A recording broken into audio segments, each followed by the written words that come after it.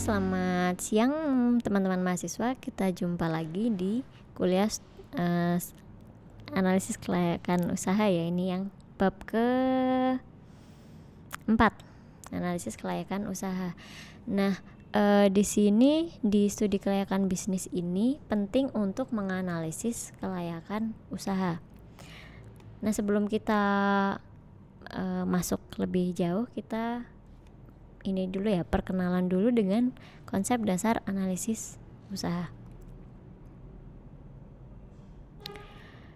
Nah, di sini pengertian analisis kelayakan usaha adalah pengkajian layak tidaknya bisnis dilaksanakan.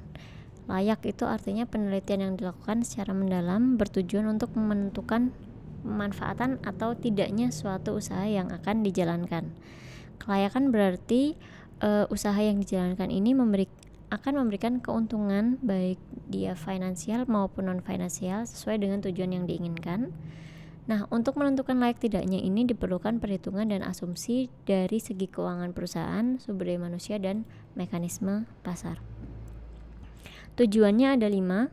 Tujuan dari studi kelayakan usaha yaitu menghindari risiko keuangan, memudahkan perencanaan, memudahkan pelaksanaan pekerjaan, memudahkan pengawasan, dan memudahkan pengendalian.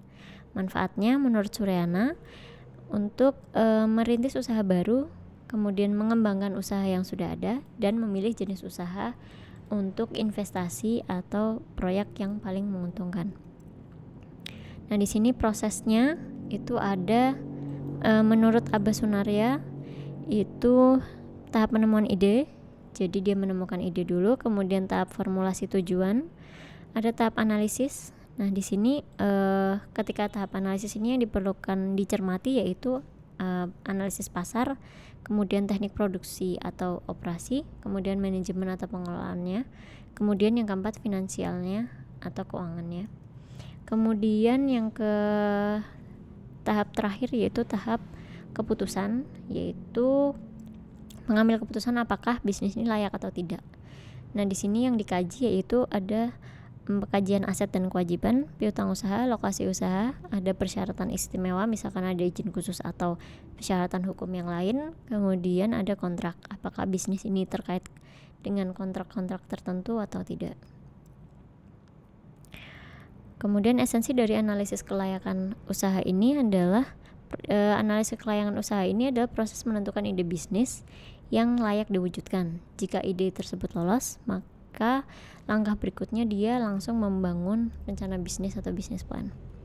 Studi kelayakan ini memberi peluang yang menjamin kesuksesan usaha karena akan menambah kehati-hatian dalam pengambilan keputusan usaha yang akan dijalankan dan akan menghindarkan dari kerugian usaha.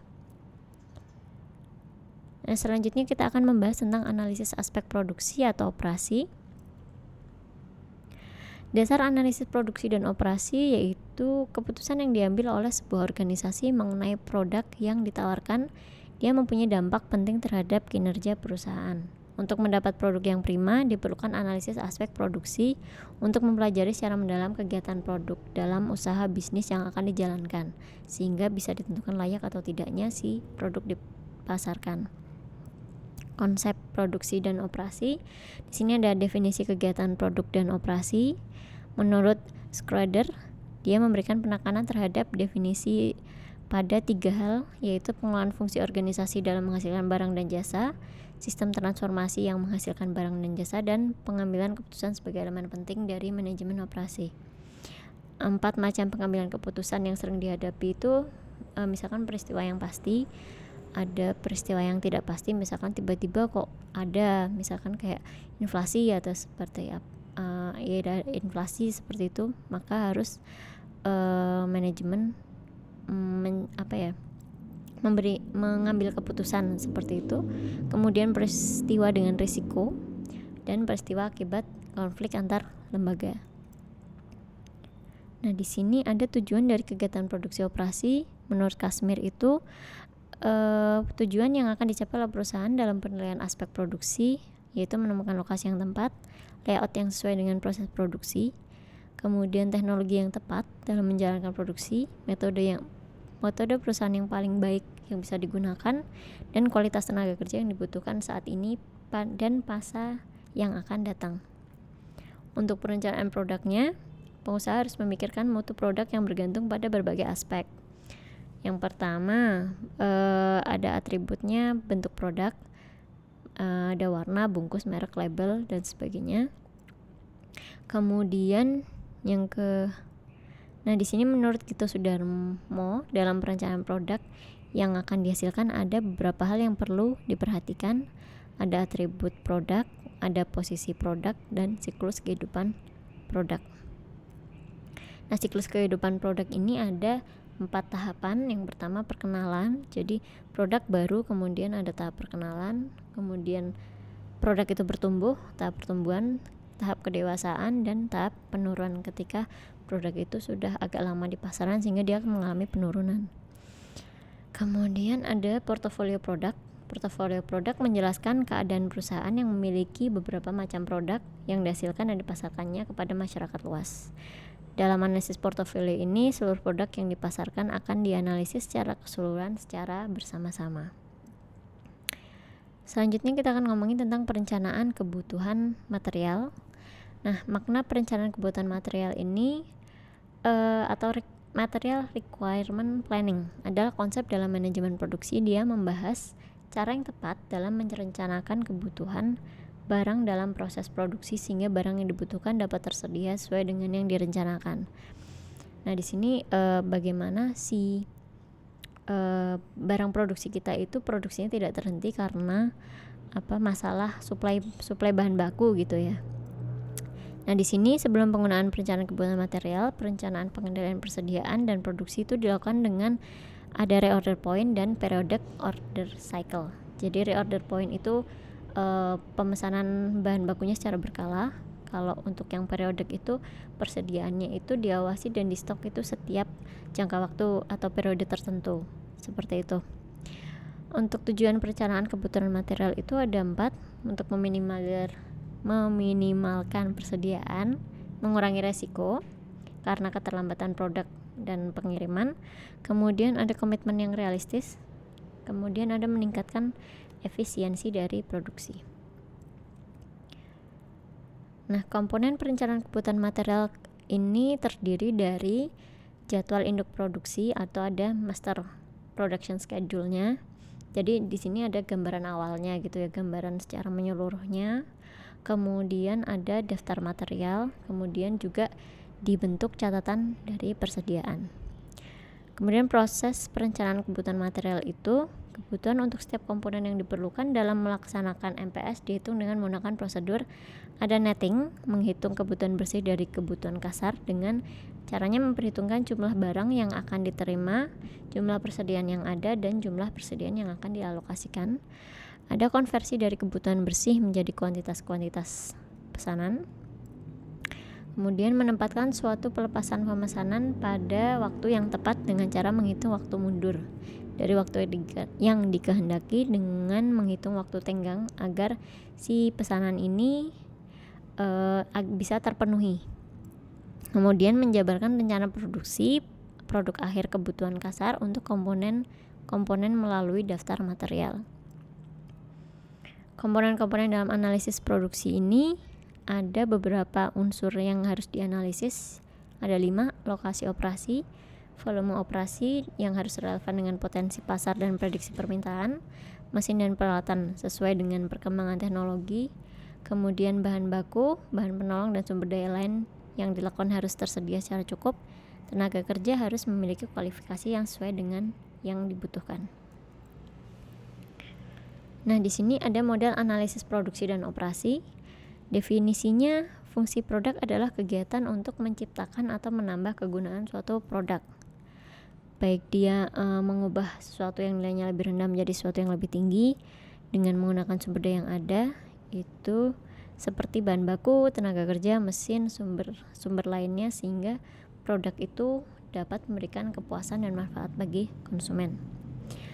Untuk membuktikan produksi tersebut telah berjalan atau belum, diperlukan pemeriksaan manajemen, sehingga program yang dilakukan yaitu perencanaan dan pengendalian produk, tenaga kerja, produksi, dan fasilitas produksi, serta pelaksanaan proses produksi. Tujuan utamanya fungsi produksi ini mengatasi efisiensi dalam penggunaan input-faktor dalam produksi dan distribusi. Fungsi-fungsi produksi sendiri ini adalah fungsi yang menentukan output dari perusahaan untuk semua kombinasi masukan. Fungsi terpenting dalam fungsi produksi dan operasi ada 4 faktor. Yang pertama, fungsi pengolahan. Itu merupakan metode atau teknik yang digunakan untuk pengolahan masukan. Kemudian jasa-jasa penunjang adalah sarana berupa pengorganisasian yang diperlukan untuk penetapan teknik dan metode yang akan dijalankan sehingga proses pengolahan dapat dilaksanakan secara efektif dan efisien. Kemudian perencanaan merupakan penetapan keterkaitan dan pengorganisasian dari kegiatan produksi dan operasi yang akan dilakukan pada waktu atau periode tertentu. Kemudian pengendalian atau perawatan yaitu fungsi untuk menjamin terlaksananya kegiatan sesuai dengan yang sudah direncanakan. Selanjutnya kita akan ngomongin tentang analisis aspek manajemennya setelah kita ngomongin tentang produksi dan operasi ya. Nah, hakikat analisis manajemen yaitu mencari dan menentukan faktor kunci yang akan digunakan dan kelemahan yang akan diperbaiki. Dan ini juga mencari kira-kira ancaman apa yang akan diatasi agar organisasi ini tetap memiliki keunggulan untuk meraih peluang strategis yang memberikan manfaat yang lebih untuk memuaskan semua stakeholder dan mencapai tujuan perusahaan. Dasar pertimbangan pentingnya melakukan analisis manajemen itu ada 4. Setiap organisasi dituntut untuk adaptif, terjadinya perubahan keadaan lingkungan dengan cepat. Hasil analisis diharapkan mampu menyajikan pilihan alternatif yang tepat dan efisien. Dan yang keempat, organisasi yang tidak mampu melakukan perubahan, dia akan perlahan mati. Sehingga kembali lagi yang ke poin 1, bahwa setiap organisasi itu dituntut untuk bisa adaptif. Komponen dalam analisis manajemen itu ada 4, yaitu kepemilikan, organisasi, tim manajemen, dan karyawan.